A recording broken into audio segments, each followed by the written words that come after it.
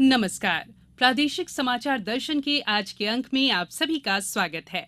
इस कार्यक्रम के जरिए हम आपको बताते हैं प्रदेश में पिछले दिनों क्या कुछ खास रहा और किस तरह से अलग अलग योजनाओं का लाभ जिले वासियों को मिल रहा है।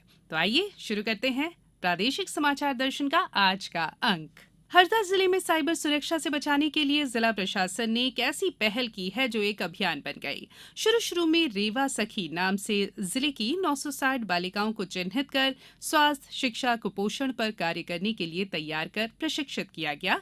जनवरी 2020 में इन बालिकाओं ने काम किया। गांव-गांव जाकर इनके अच्छे परिणाम देखते हुए कलेक्टर ऋषि गर्ग ने इस मुहिम को और आगे बढ़ाते हुए अन्य बालिकाओं को जोड़ते हुए मई 2022 में साइबर सखी प्रारंभ किया और 1500 बालिकाओं को राज्य स्तरीय प्रशिक्षण दिलाया। वर्तमान में सभी स्कूल कॉलेज कवर करके 9000 से अधिक बालिकाओं को प्रशिक्षण दिया जा चुका है। हमारे हरदा संवाददाता लोमेश गौर ने इसी पर महिला बाल विकास अधिकारी संजय त्रिपाठी से बातचीत की। बातचीत के अंश आपको सुनवाते हैं। इन साइबर सखियों को जगह जगह प्रशिक्षण दिया जाता है। तो साइबर अपराध, साइबर क्राइम जो आज के समय में चल रहे हैं, इनको किस तरह से रोकथाम किया जाए और किस तरह से समाज को, लोगों को जागरूक किया जाए, इस संबंध में ये साइबर सखियां प्रशिक्षण लेकर बहुत अच्छा काम कर रही हैं और इसके अच्छे परिणाम भी आने लगे हैं हरदा जिले में। अब रुक करेंगे गुना का, जहां से हमारे संवाददाता रोहित गोस्वामी बता रहे हैं मलेरिया निरोधक माह के बारे में।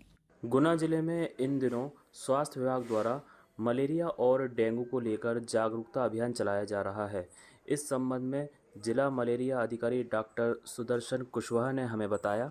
जैसा कि विदित है कि मानसून आ चुका है और लगातार बारिश हो रही है, जिससे जल भराव की स्थिति और अन्य समस्याएं उत्पन्न हो रही हैं, जिसके कारण डेंगू, मलेरिया जैसी बीमारियां उत्पन्न होने की संभावनाएं बढ़ जाती हैं। यही उद्देश्य है कि प्रत्येक वर्ष जून माह में एवं जुलाई माह में मलेरिया निरोधक एवं डेंगू निरोधक एक्टिविटीज़ की जाती हैं। इसी तारतम्य में गुना जिले में भी विगत जून माह में मलेरिया निरोधक एक्टिविटीज़ की गई, जिसमें लोगों को मलेरिया से बचाव के उपाय बताए गए एवं आईईसी एक्टिविटी, लार्वा सर्वे एवं अन्य सारी एक्टिविटीज़ की गई। भारत सरकार द्वारा सार्वभौमिक स्वच्छता प्राप्त करने के लिए शुरू किए गए स्वच्छता अभियान में अब स्वच्छता के नए आयाम प्राप्त करने की होड़ लगी हुई है।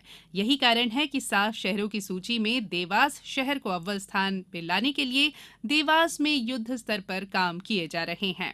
इसी पर हमारे देवास जिले के संवाददाता नितिन गुप्ता ने देवास नगर निगम आयुक्त विशाल सिंह चौहान से बातचीत की। क्या कहा नगर निगम आयुक्त देवास ने, आइए आपको सुनवाते हैं। देवास नगर निगम पिछले वर्ष 2 राष्ट्रीय पुरस्कार लेने के बाद इस बार स्वच्छता सर्वेक्षण 2023 के लिए अपनी कमर कस चुका है। स्वच्छता सर्वेक्षण के सभी पैमानों पर बेहतर से बेहतर किस प्रकार से हम काम कर सकते हैं, उसके लिए प्रयासरत हैं। बहुत अधिक इस बार जो जोर दिया गया है स्वच्छता सर्वेक्षण में है वो है RRR के ऊपर प्लास्टिक के रीयूज़ को लेके। हम लोगों ने एक बहुत ही बड़ा अभियान इसके लिए चलाया। पूरे शहर से प्लास्टिक की बोतलें कलेक्ट करी और एक किलोमीटर लंबी प्लास्टिक आर्ट की वॉल हम लोग तैयार कर रहे हैं, जो कि एक अपने आप में अनूठा प्रयोग होगा, हम लोग करने जा रहे हैं।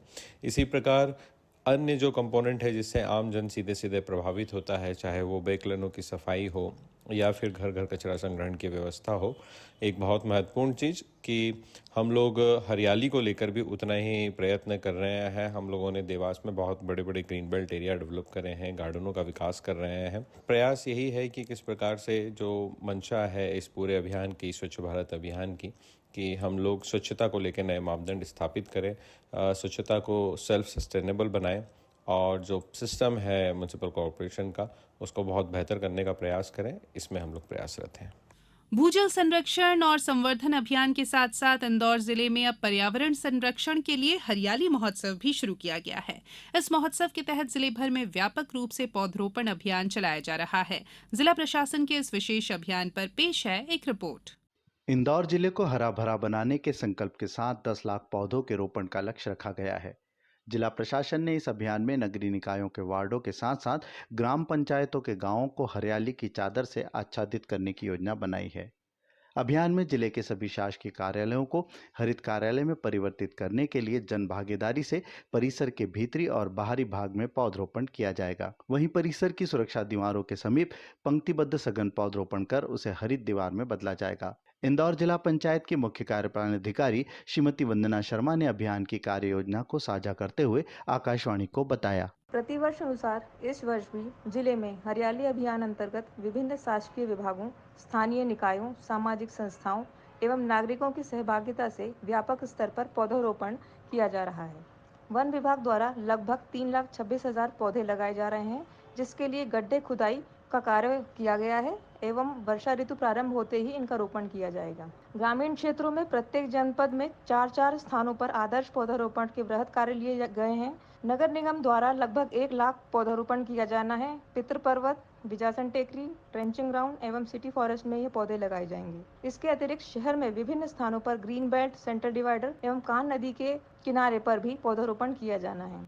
पर्यावरण के लिए समर्पित इस अभियान में नगर परिषदों और ग्राम पंचायतों में किसी एक स्थान को वन के रूप में विकसित करने की भी योजना है।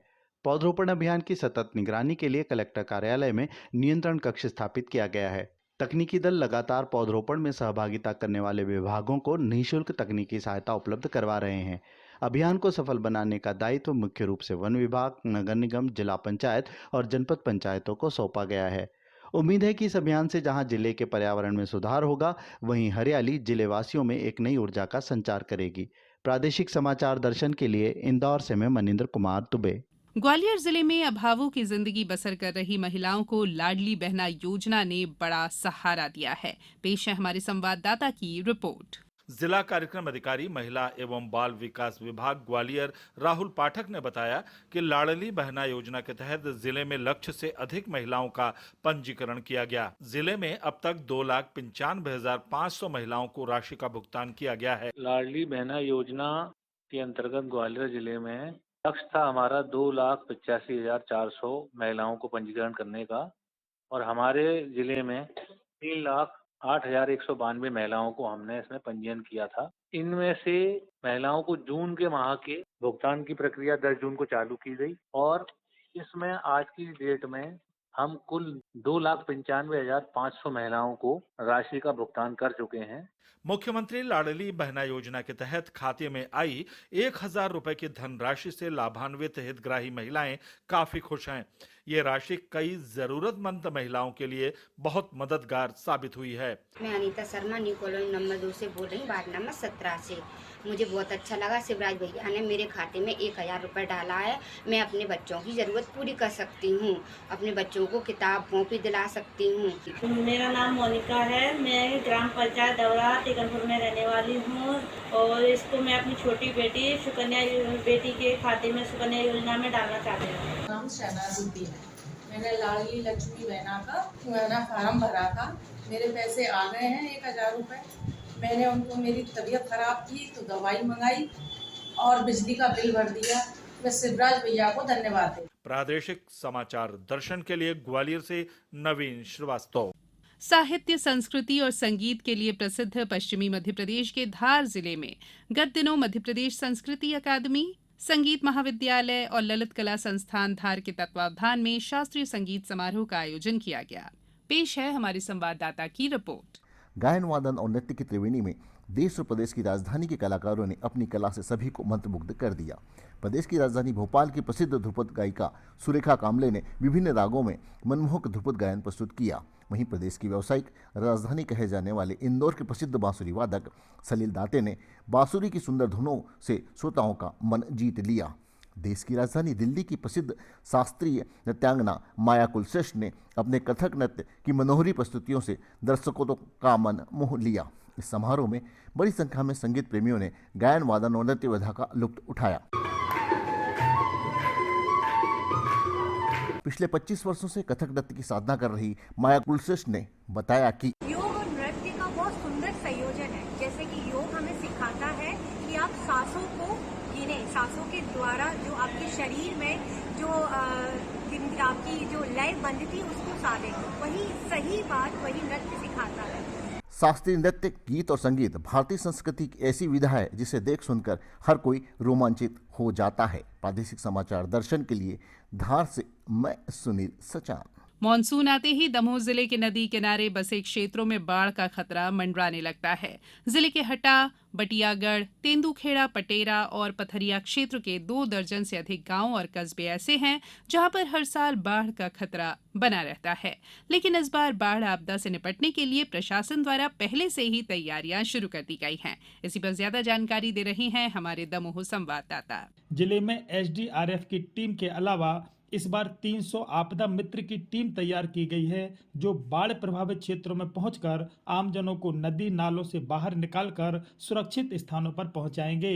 होमगार्ड द्वारा जिले के ब्लॉक स्तर पर भी टीम बनाई जा रही है, जो सूचना मिलते ही तत्काल प्रभावित क्षेत्रों में पहुंचकर लोगों की मदद करेंगे। वर्तमान में आपदा मित्र स्वयं सेवक की 2 अलग अलग टीम बनाई गई हैं, जिसमें 150 आपदा मित्रों को 2 माह पहले ही प्रशिक्षण दिया जा चुका है।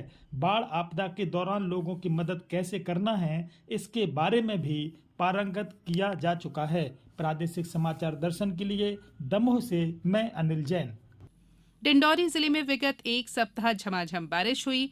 बारिश के बाद किसानों के चेहरे खिल गए हैं। नर्मदा सहित अन्य नदियों के जलस्तर में बढ़ोतरी दर्ज की जा रही है। साथ ही गर्मी से भी निजात मिली है।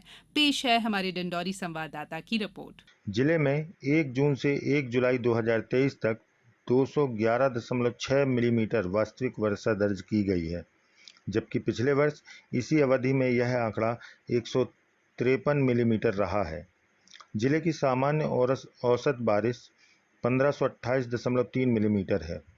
बारिश के बाद मौसम ठंडा हो गया है और किसानों ने अपने खेतों की ओर रुख कर लिया है। जिले में खरीफ फसलों की बुआई की तैयारी हो गई है। किसान धान और सोयाबीन सहित अन्य फसलों की बुआई करने में जुट गए हैं। लगातार बारिश के चलते जिले के सभी कार्यालय प्रमुखों को अनुमति के बिना मुख्यालय नहीं छोड़ने और अवकाश पर नहीं जाने के निर्देश कलेक्टर विकास मिश्रा ने दिए हैं।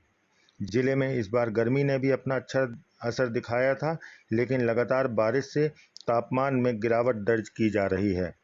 प्रादेशिक समाचार दर्शन के लिए डिंडौरी से लक्ष्मी नारायण वधिया। प्रादेशिक समाचार दर्शन के आज के अंक में फिलहाल इतना ही। अगले सोमवार फिर आपसे मुलाकात होगी। तब तक के लिए नमस्कार।